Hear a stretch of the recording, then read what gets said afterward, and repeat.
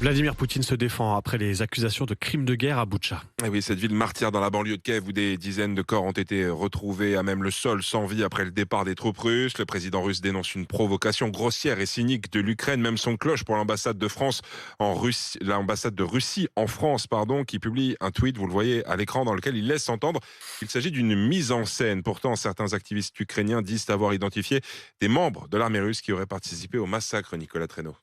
Les enquêteurs traquent la moindre trace des soldats russes, recoupent les témoignages des habitants et le procureur du district, Ruslan Kravchenko, obtient de premiers résultats. Nous avons déjà une centaine de pages avec des noms, des prénoms, des patronymes de soldats russes.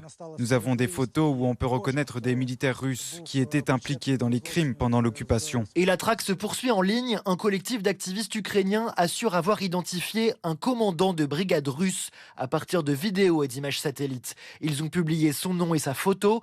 Un militaire de 40 ans environ, décoré en 2014. Sa brigade était présente à Boutcha. Cette première piste semble vraisemblable, d'après Michel Goya, ancien militaire et analyste. C'est le chef d'une unité qui est suffisamment petite pour que son chef, en tout cas, soit au moins au courant de ce qui se passe à peu près partout. Il a forcément une part de responsabilité, plus ou moins grande, mais il a forcément une part de responsabilité. Plusieurs hypothèses. Il aurait pu ordonner ces exactions ou laisser faire. Une certitude, les spécialistes disent tous que l'armée russe est une armée structurellement brutale qui contrôle mal ses soldats.